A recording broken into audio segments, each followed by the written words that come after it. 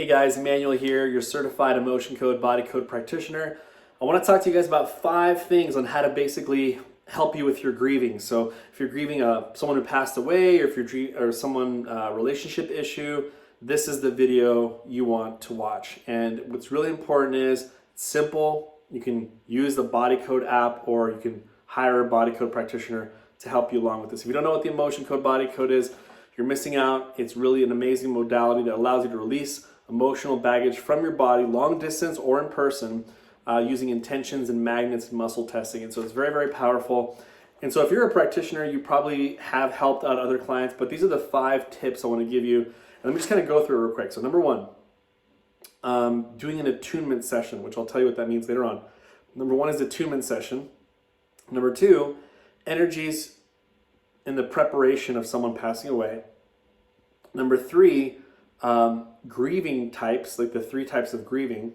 Number 4, the rumination syndrome. And number 5, propensity. So these are 5 different topics I'm going to talk about really quickly because I know everyone's busy. We don't have time to watch a whole video.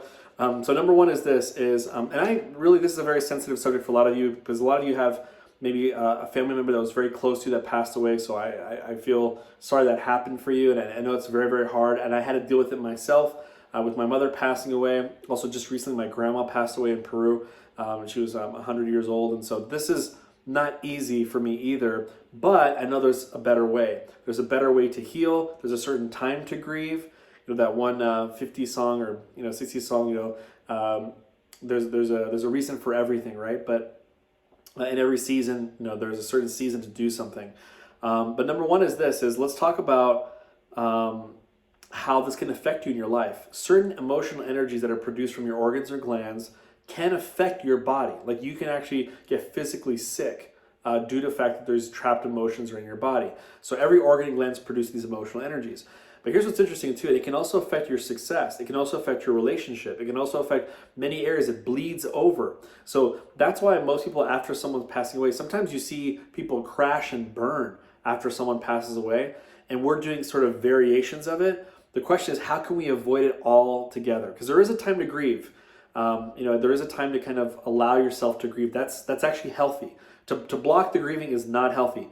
So I always tell people, yes, you can swim in the grief pool, but don't drown in the grief pool. And that's what a lot of my clients are doing, or maybe you're doing, or someone who's doing this, is that you're drowning in the grief pool, and that's causing a problem. So I want to help you with that. Number 1 is you want to have an attunement session. So what is an attunement session?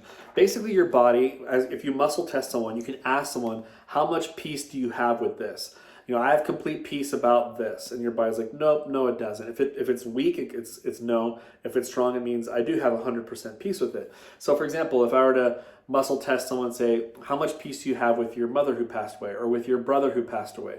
You can muscle test to see, is it 100%? No. Less than 90? Oh, look, it's strong. Less than 80, 70, 60, 50, 40. So is it more than 40, 40, 41, 42, 43? So you're at 42%. See, it's really strong there. And you can even go to the decimal point. Your body's like a wonderful collage of mathematics happening.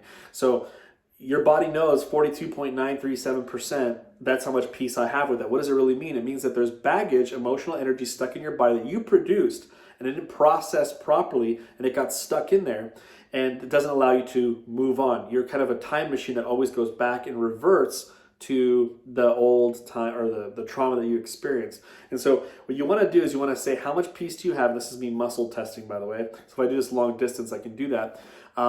Let's say it's like 19%. Okay, what energies in the body code can I release to help you in regards to fully have peace? For your body to believe in that statement that you have peace with this person passing away, you want to muscle test that, check it, and get it to 100%. That's number 1. It's pretty simple. That's called an attunement session on a grief statement. And so you want to make a statement like, I have complete peace with this person passing away. Check the percentage on it, move it to 100%, done. That's number 1.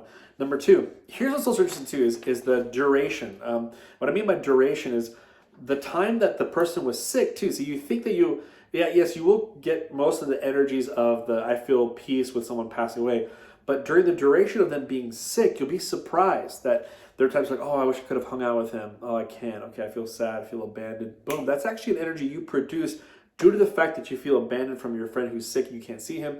And so that energy would be in the duration before he or she was sick, before he or she passed away. Maybe there was a slow demise to a friend, and then there was the actual death. During this time, though, you can produce emotional energies that can affect you. That could be another session that you do. Are there any energies that were produced during the time when my friend was in the hospital for a year?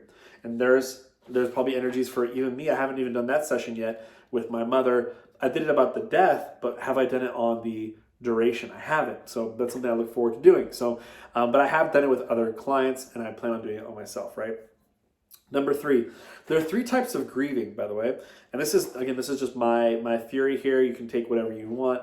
Number 1 is a relationship grieving. So you can grieve like it's almost like the death of a relationship. Okay, that's a real grief. I have complete peace with the end of this relationship. Technically, you're grieving, and you want to know what the percentage is, right?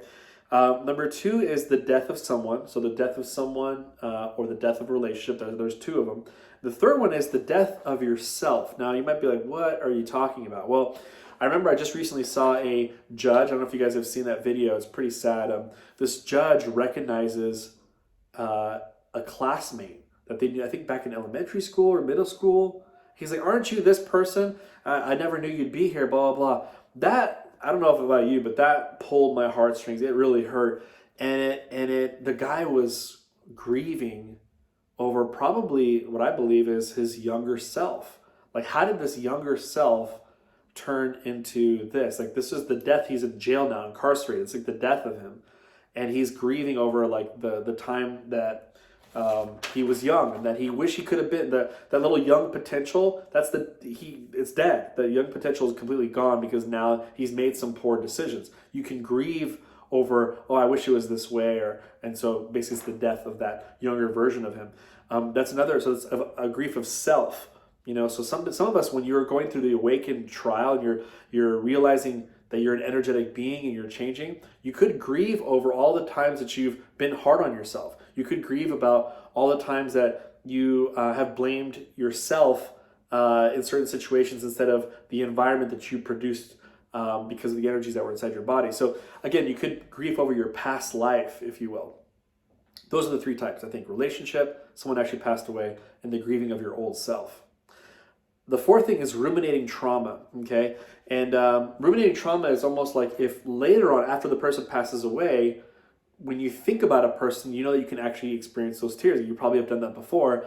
Could you produce new energies post the death? Post the percentage attunement that you did in the first place, you can.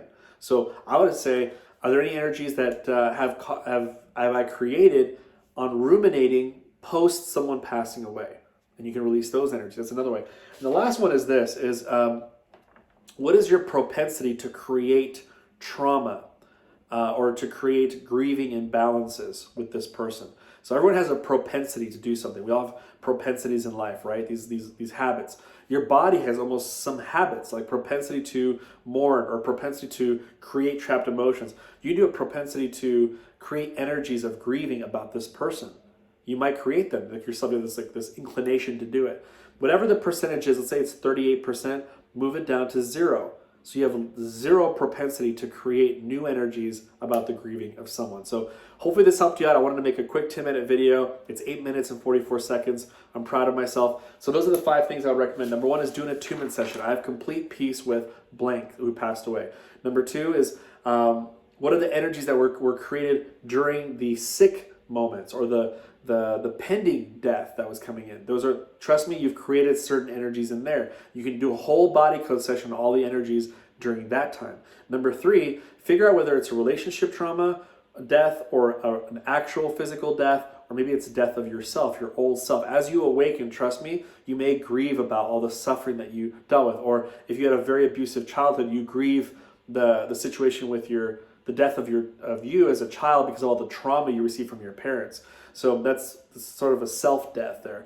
The 4th one is ruminating trauma. So after post-death, do you ruminate? And if you do, maybe you've produced energies post someone passing away. And the last thing is propensity to create trauma about this grieving moment.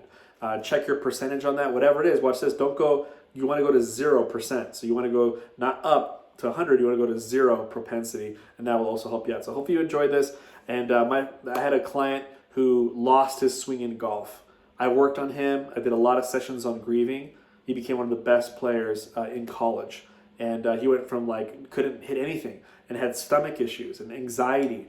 And it wasn't like him at all. So he lost his swing and then fully came back because he was grieving. So the question is it possible that you are grieving over a friend who passed away, a relationship, or something else, and it's holding you back from your future life? And I think the answer is yes. So hopefully you gained some value from this. Comment below what was your favorite tip. I look forward to you guys doing your own healing, or if there's anything I can do to help out, we'd love to help you out. Everyone have a great day. Talk to you soon. Take care. Bye-bye.